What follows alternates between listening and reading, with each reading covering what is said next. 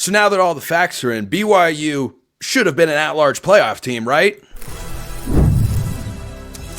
You are Locked On College Football with Spencer McLaughlin, your daily podcast on all things college football. Part of the Locked On Podcast Network, your team every day.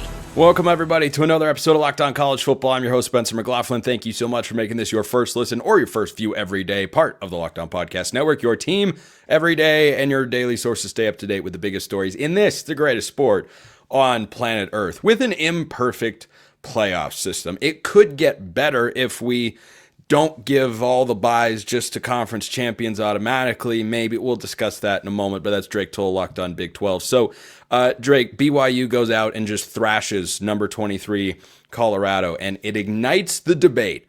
Should BYU have been given more consideration as an at-large team? Was it all a big, grand conspiracy? And on the one hand, there is some ingrained bias as to how far away BYU was from being an at-large at 10-2 with a win over 11-1 in top 10 ranked SMU when the season came to a close, and they backed that up in their Alamo Bowl victory.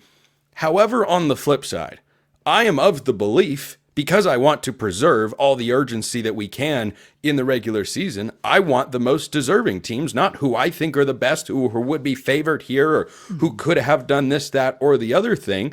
And when I looked at BYU's resume, I did not see an at-large. So I'm not retconning this and saying BYU should have been. Nope.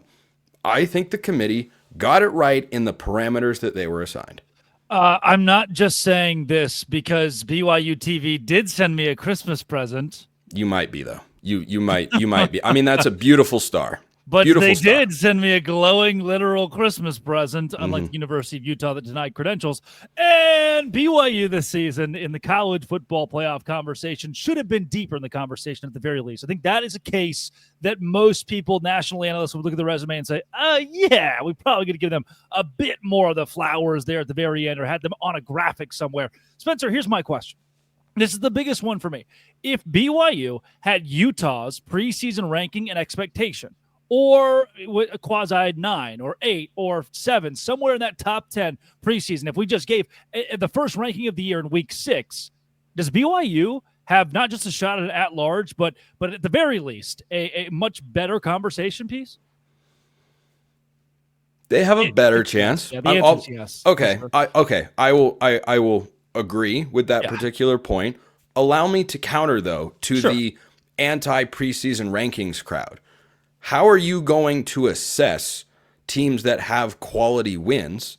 How are you going to differentiate teams that have similar records but haven't played similar schedules to the overwhelming majority of college football fans if you don't have a ranked wins metric or a weekly assessment of?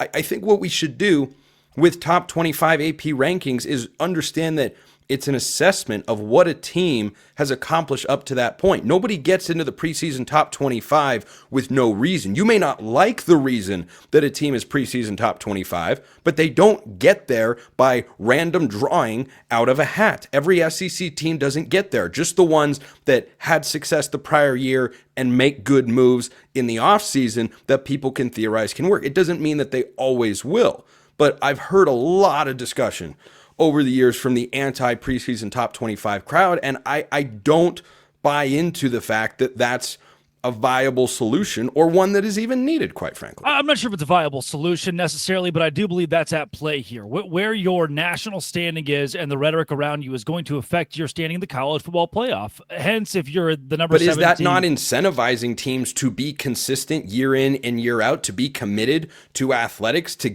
put their brands out there as much as they possibly can? I feel like, though there's a drawback to it, I don't think that's the worst incentive structure. The teams that are rewarded are the ones that have invested and won the most over the years. I think you're correct in that assessment, but has BYU not done that by joining the Big 12, by actually joining a conference and competing at the top level of that conference? Now, granted, this whole conversation's moot if you win the games in front of you, but Ohio State had a bad loss and a good loss. BYU had a bad loss and their good win. They had a good loss against a playoff team, and their good win was against a playoff team. Like, their resume stacks up against a Texas who was lucky to beat a couple bowl teams this season, and the only one formidable top 25 opponent they played in the regular season or they're in the SEC championship, Georgia, they lost to, even on Georgia's backup quarterback. So now you're going to tell me BYU at 10-2 with a head-to-head? Like, you're right. How do we, be good long-term, and then you'll get more respect. You'll be ranked in the preseason, and then at the end of the year, we'll treat you with more respect, and we'll give you a nod in the playoff. But BYU, to your point, they went head-to-head against SMU. There's nothing else you can do aside from go head-to-head to prove that you're a better team than someone else. I think Oregon is a better team than Ohio State. Why? They played head-to-head, and Oregon won the football game. Does that completely warrant BYU being in over SMU? Maybe not. But Clemson? Resume, when we talk resumes, Boise State, the head-to-head SMU. So what you're discussing there is better teams, but because I am someone who never wanted the 12-team expansion in the first BYU? place. You're saying they're better than BYU? What are you saying? No. My point is you're making assessments on this team is better than that team. This team's better over here. I am fully in the camp of give it to the most deserving teams.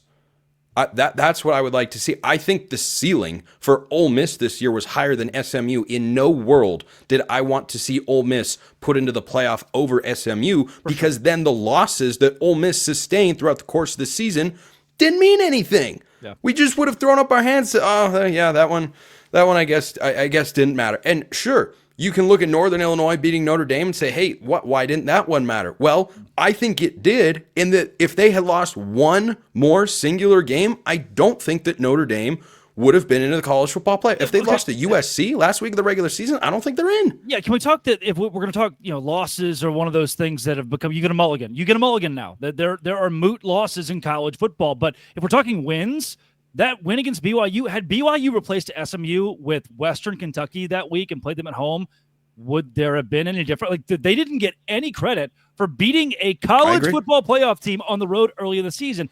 End of the year, I think at the very least, BYU deserved a mention or hey, let's at least put them above these 9-3 SEC teams with losses to Oklahoma. Like, Bama had two bad losses, one quality loss, two bad losses. BYU had one bad loss, one college football playoff loss. And people be like, we'll give context. Kansas was on a tear. I don't give a rat's butt. They were 5-7. That's a bad loss. There's not a way to spin that. They were 5-7. So for BYU, I just wish that wins. Is it wins? Is it strength of schedule? And when we're judging strength of schedule, at 8 games the SEC plays, why are they granted 8 conference games and no one seems to have an issue with that? I do believe I do. Me right here. Wow. Spencer McLaughlin has an issue with that unless you have a protected. Unless you have a protected ACC matchup that gives you another quality opponent, a la Clemson, South Carolina, Georgia Tech. I even throw into that Florida State. If you have a game like that is replacing your 9th SEC game, that's fine. Yep. But it's the Alabama's non-conference schedules of the world where I look at it and go, not okay, not good for the sport, and you're getting at what I've railed against for a long time, which is the biggest issue in college football, has always been scheduling. The teams and universities have the ability to help set their own path to get to the playoff in the system that they're in. Of course they're going to be self-interested. Of course they're going to take advantage of it.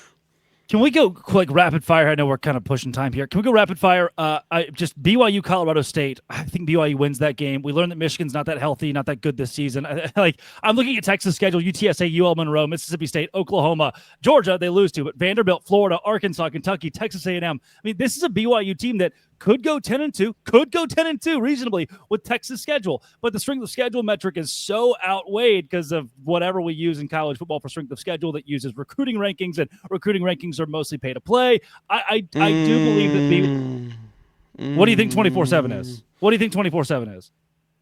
What do you think it is? I don't think that's the driving force of how players get ranked. Maybe not the driving force. You can't hit 100% accuracy on player assessment. The NFL hasn't been able to do it for years. They've whiffed. The driving force. There's a first-round pick whiff by the most valuable league, and the teams that make the most money in that league and are the most successful, they have first-round whiffs regularly. Player assessment at some level is a crapshoot there. That's a longer discussion, but we're going to wrap this one up with a quick thought on this. Brett McMurphy reported that there's serious discussion about not just giving the first round buys to the 4 highest ranked conference champions. I'm fully in support of that particular model. Are you? Yeah, that makes sense to me. Is it going to hurt the Big 12 overall? Yes, because as long as there are human beings in that room, they will put the Big 12 below the SEC, the Big 10, and the higher brands in the ACC. As you mentioned, those are schools that have won perennially. The Big 12 doesn't have really one of those who's had national prominence over the course of the last decade, like a Clemson or an Ohio State. So does it hurt the Big 12? Yes. Is it probably the best way to do this? Not probably, definitely, because you shouldn't be playing Penn State, Boise State in round 2 of the college football playoff. Sorry, God, but that's just kind of the way that it can't be like that. Speaking of the Big 12, Arizona State plays Texas. That's a Big 12 SEC matchup, not a Pac-12 RIP and Big 12 matchup. Does Arizona State hang around in that game? I think they're absolutely capable. Drake doesn't get a chance for a sarcastic goodbye, and stick around for that coming up next. Did you know DoorDash lets you request sauces from your Dasher now? First, a reminder, this episode brought to you by Rocket Money. Rocket Money is a personal finance app that helps find and cancel your unwanted subscriptions, monitors your spending, and helps lower your bills so you can grow your savings. It brings everything together in one place. I don't love that for realignment. I do for finances because it makes it simpler. Whether it's subscriptions, your spending habits, or even the goals you want to hit this year, Rocket Money has over 5 million users and has saved a total of $500 million in canceled subscriptions, saving members up to $740 a year when using all of the app's premium features. Rocket Money makes it easy to track them all down. It's like having a personal assistant for your finances. So go check them out and cancel your unwanted subscriptions and reach your financial goals faster with Rocket Money. Go to rocketmoney.com/lockedon today. That's rocketmoney.com/lockedon, rocketmoney.com/lockedon. All the favorites won and covered in the first week of the college football playoff, and Arizona State is the biggest underdog in the quarterfinal games. I think they're covering that number. That's Richie Bradshaw, Locked On Sun Devils. 13.5 points is the number I'm referring to there. Richie, 2 reasons here why I think Arizona State hangs around in this game. Number 1, they're the more rested team, so that helps at least a little bit. But number 2, Texas has not made it a habit, especially in the last half of the season, of blowing a bunch of teams out. They blew out Florida, who was starting someone at quarterback that I believe is about as good as you and me throwing the football in that game. And, well, they scored 49 points. Yeah, that the quarterback shifts the dynamic there completely. But I look at this Arizona State team, Richie, and they throw the ball better than people give them credit for with Sam Leavitt. They've got a running back in Cam Scadaboo who, at the very least, can work to drain the clock and not let Texas's pass offense go crazy and get up and down the field. Keep them on the sideline a little bit. Those are the 2 reasons I look at and say, I do think Texas is going to win the game because I think they have more talent, but I think Arizona State keeps it closer than 2 touchdowns. I do too, and don't get me wrong. And one of the things that you pointed out on one of your previous podcasts, which if you guys haven't listened to it, I think it's a really good example, is why is ASU and Boise State have these massive, disrespectful, quote-unquote, spreads? It's because they kind of have to earn that right. Like, you're going up against Texas, you're going up against Penn State, you have to prove yourself. So I understand why ASU has a 13.5-point spread going up against one of the blue bloods of college football and one of the teams that has top to bottom, from starting quarterback to guys that are playing on special teams, one of the best, if not the best teams in college football. But they've not played up to their maximum potential. I've gotten in a lot of hot water with Texas fans for saying that. Like, this is a team that should be beating just about everyone they play by 20 plus. And they've played good football. They haven't played to their maximum potential. That shouldn't be an insult, but it just kind of is what it is. And meanwhile, ASU is playing to their max potential, and they are playing up to their opponents, and they're doing everything that they need to do to win football games. You saw against Iowa State with a great secondary, despite what anyone is trying to tell you otherwise. That is a great secondary with a lot of NFL players in it. ASU lit them up without Jordan Tyson, and Sam Leavitt is just able to throw the ball around the yard. And now he makes a comment that he wants to prove he's better than Quinn Ewers and puts a target on his back. And, that's on him. You make a comment like that, you're going to swing up, you better hit him. But I have the confidence in the coaching staff to create an offense that's going to have success for Sam Leavitt, even without Jordan Tyson against an elite secondary. My question is, can he hold up against Colin Simmons in that pass rush? But Scadaboo's still going to get his work done. ASU, far more talented than Texas fans want to believe and acknowledge. I do think this is going to be a closer game than they think. And we'll see, man. Like, they should blow us out based off the talent, but I don't think they will. I thought Sam Leavitt's strategy was a bold one to make that statement. He wants to prove he's better than Quinn Ewers. It was a bold strategy. We'll see how it plays out for him. But what was that? I said it's because he is. Oh, okay. I'm sure nobody will have any thoughts on that whatsoever. No, definitely hearing not my such previous a remark. Podcasts. Certainly not. But what I was most impressed with on Arizona State's side in that Big 12 championship game, and yeah, Texas has a significantly better defense, but I expect Cam Scadaboo to go crazy. I expect him to be one of the most fun to watch players in all of college football, the people's running back, if you will. And who calls him that? Some weird podcast hosts out there, but I think There's a lot of those. It's a good thing he can come up with every once in a while. So I think that Sam Leavitt's play in that game without Jordan Tyson was incredibly encouraging. And then you contrast that with what Cade Klubnik just did against Texas. This is a nasty front four. Cam Scadaboo can be as good as he wants, but if you can't push around at least a little bit the Texas front defenders, he's not going to have a great day, at least running the football. Of course, they throw it to him as well, and he's been a prolific pass catcher this season. But this game, to me, comes down to Sam Leavitt. He has to make the sorts of plays that Cade Klubnik did to claw Clemson back into that game. And I know it was a 14-point game when it was all said and done. That was thanks to a goal line stand. I'm not taking away from Texas for that. I'm just saying that other scores, like Indiana lost by 10, that game wasn't that close, right? That wasn't a 10-point game. And even Tennessee lost 42-17. Look, it was even worse than that, quite frankly. Interesting. The game that Clemson played against Texas was closer to me than what the final score indicate. You are one better play call or execution or one block away from it suddenly being a touchdown game with 5 minutes to go, and Texas can't just run out the clock with a 2-touchdown lead. They have to, suddenly figure out a way to sustain a drive, maybe go down, get points. It's a different dynamic there. So that's another reason that I look at Texas, and they have played teams like Kentucky, and you go, that's okay. They played Texas A&M, and their defense was great, and their offense, it's all right. It's okay. Brian Ward has had a lot of time to prepare. I think he has that Arizona State defense ready to go. So I do think Texas wins the game, but give me Arizona State to make this one competitive. I don't know about nail-biting down to a single play at the end, but I think Arizona State has got the tools for it. Yeah, and I agree with you. When I have been previewing this on Locked On Sun Devils, as I said that Sam Leavitt is definitively the biggest X factor in this game. Not only just because he put the weight of the world on his shoulders, even though he already had it there for being the starting quarterback, he's going to have to step up and play against tooth and nails, one of the best defenses in the country, with NFL players that are true freshmen and that are graduate players. And he's going to have to do it without Jordan Tyson. He's still got Scadaboo, and he's still got a cast of really good pass catchers. Like, the weapons are there, and I trust Marcus Arroyo, the offense coordinator, more than anything to dial up an offense that maybe you can't see some of the receivers separating by themselves, but the scheme that he's going to be able to open up here will be able to help create the separation that will allow Sam Leavitt to get the ball to them. To me, this game, with Sam Leavitt being the biggest X factor, I think this game comes down to special teams. ASU, horrific kicking field really goals. Bad. Texas, really bad. Also really, really bad.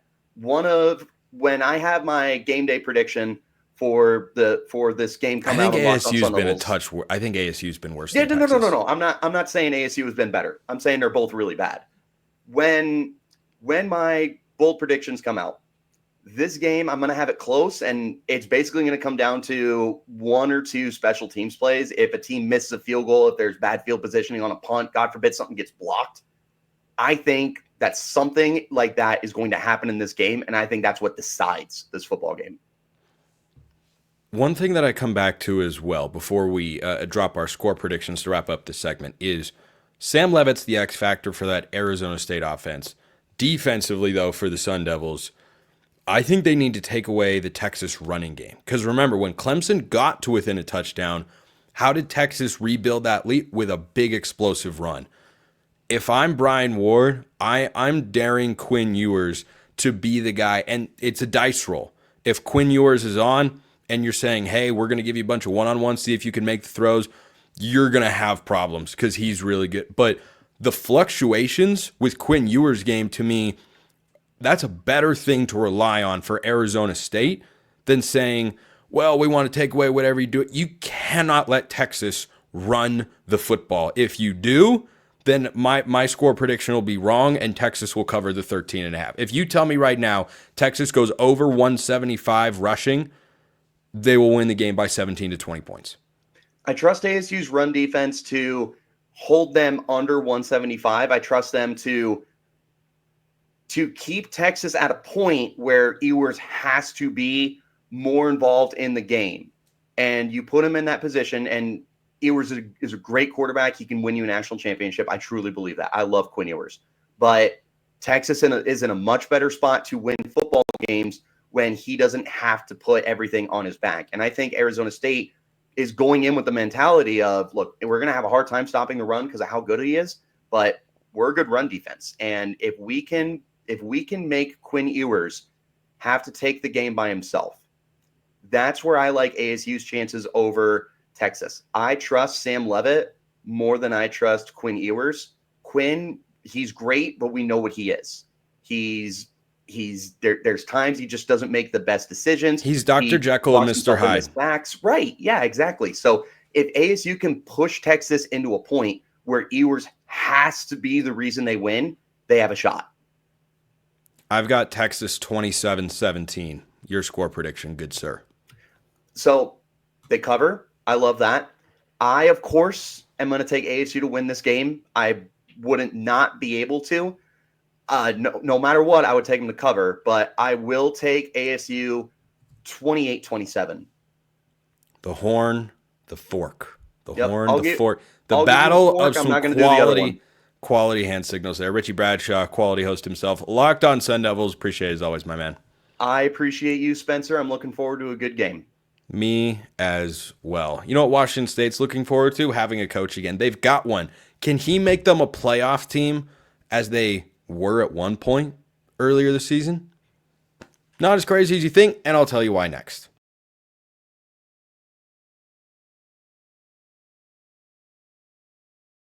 Round and round and round goes the coaching carousel. Jake Dickert, Wake Forest, opening in Pullman. Boom.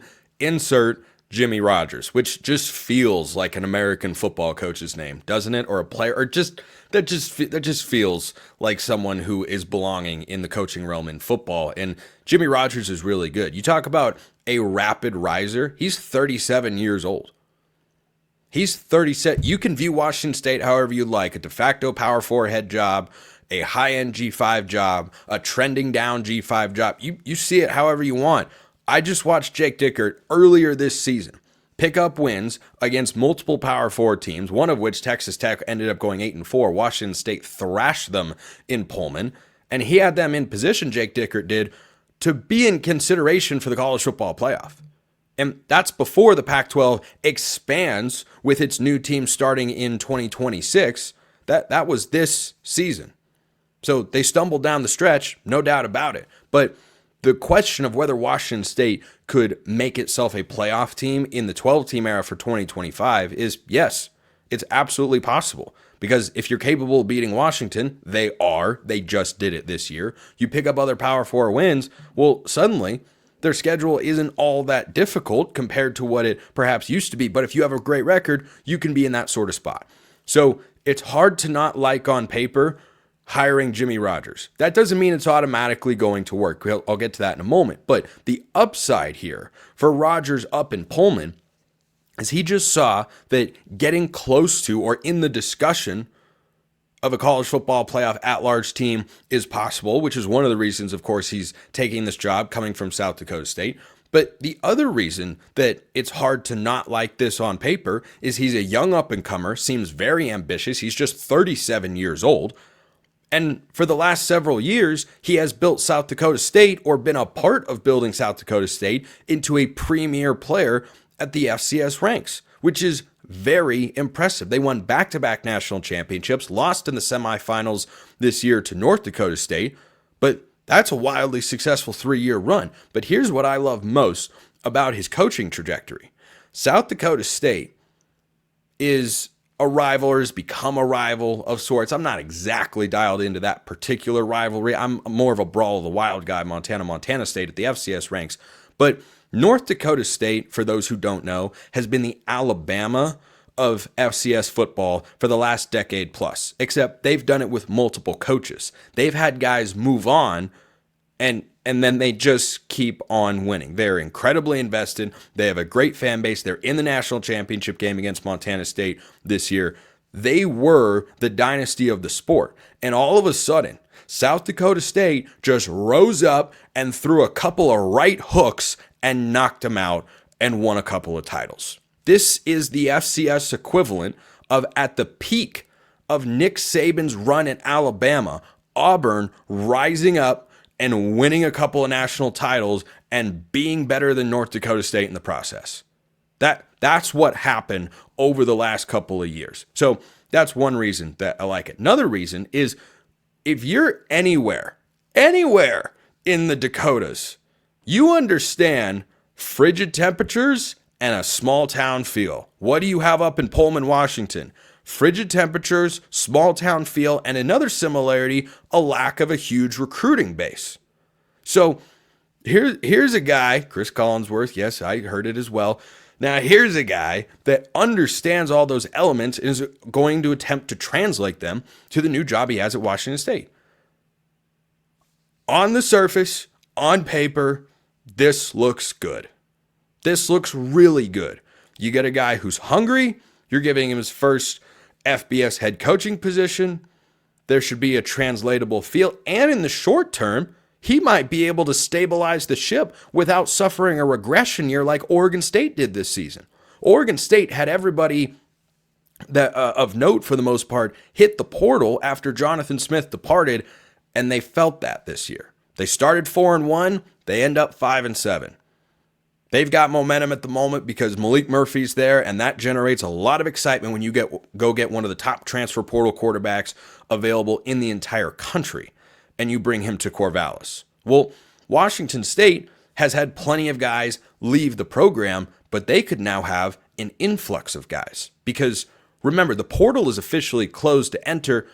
Oh, but wait, there's a rule. If your head coach leaves at any point in time, you have a 30-day window to enter the transfer portal and find a new home. So how many of those South Dakota State players want to follow Coach Rogers to Pullman and say, I want to try my luck at the next level? Because we just watched Kurt Cignetti do that over at Indiana, not from the FCS ranks, but still a jump in competition. You go from the Sun Belt at James Madison to the Big Ten, and they went 11-1. You could see a similar sort of way. It hasn't happened at this time, but it certainly could.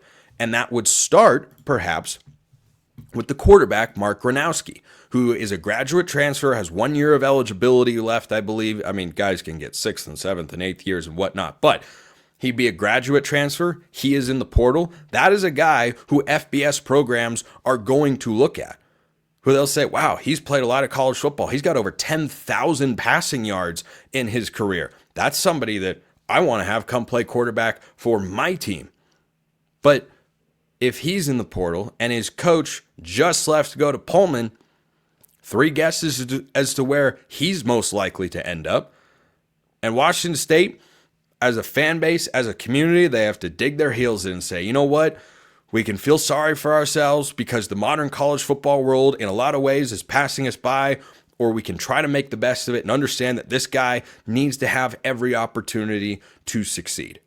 So Gronowski could be the start. That's the guy I'd look at. And if you want an indicator that he's heading there and not to another Power 4 school somewhere, Zevi Eckhouse, who started the Holiday Bowl for Washington State, in which they were competitive. They lost by 17, but they were underdogs by 18.5 points or so. So a nice little solid cover. Their defense struggled because they had a bunch of losses and they didn't have, a staff that they had throughout the year coaching the actual game. Jake Dickert was rooting them on from afar. At least that's what he said in a tweet. I'm sure he was. Let's just say I found that strange, to say the least. Haven't seen that one before. Coach leaves a program before a bowl game, leaves the fans and the players hanging, and then, I'm rooting for you guys. I don't know if that's landing incredibly well. But that's not where Washington State fans' focus should be. It should be on giving Jimmy Rogers the opportunity to succeed, and this is the question that I have. What sort of funding mechanism can Washington State put together annually to keep themselves in the hunt, to be able to go out and on the field beat a Washington who's a Big 10 bowl team and a Texas Tech who's a Big 12 bowl team? How can you go out and have the resources to put together that sort of roster? I don't know the answer. I'm just wondering if they can. I saw Dickert do it, but it has felt for the last couple of years like maybe they have faded because they don't have the depth of talent across the board on both sides to sustain over a 12-game season. Or maybe the coaching staff just faltered. Maybe it was their fault more than anything else, which is, of course, what a coach is going to say publicly, but we got to take those things with a grain of salt because coach speak is a very real thing. Over the second half of each of the last two seasons, Washington State has been a much different team than they were in the first half. I mean, first half of this year, ranked in pushing towards the second half, I should say. They were 8-1. Then they lost their final 3 games, but they were inside the top 20. They were kind of getting a little bit of discussion on shows like this one or others of, hey, could they be an at-large team? What if they finish 11-1? They'd at least be in the discussion with those 9-3 SEC teams. Probably would have wound up in the same spot. But just being there carries real value for a university and a football brand that is just trying to remind everyone, hey, we're still here, still relevant, and we can play football at a high level. And the year prior, they started 4-0. They got up to number 13 in the country. And then the second half crater again followed for the Cougs. So that's the number one thing Jimmy Rogers can do to ease the minds of Washington State fans in his first season. But I'm curious to see what this roster is going to look like. Are they going to be able to have players that can at least give them a solid floor of production? Can they notch more Power 4 victories as they have in the last couple of years in the non-conference that people turn their head and go, lost to who? Wisconsin lost to who? Again? Remember, Jake Dickert beat Wisconsin 2 years in a row. Beat Washington this year. Beat Texas Tech at home. Those are really important wins. So can they continue having that level of success? Not just for the short term in the 12-team playoff, but for the long term when the Pac-12, whenever that is, adds an 8th full member team or full sports team, that is, and then they're trying to get into the college football playoff as one of the highest ranked conference champions. Is Washington State going to be in that discussion? Are they going to keep up with Oregon State? Are they going to be able to ascend to Boise State's level, who they couldn't beat on the road this year? Those are the questions that I have that Washington State has to answer. But for Jimmy Rogers, hard to not like the opportunity for him to go and make that program what it's capable of if there is the necessary financial commitment on the other side. But for Washington State fans, I think you should absolutely be excited about this hire because this guy's track record has had one thing in common, and that's winning, and he did not do it at a place where it's necessarily easy when you've got a regional and conference foe that is the dynasty in the sport, and he was able to overcome that anyway as the associate and head coach. I think it looks pretty darn good. Appreciate everyone listening. I will see you next time, and until then, hope you have a wonderful rest of your day.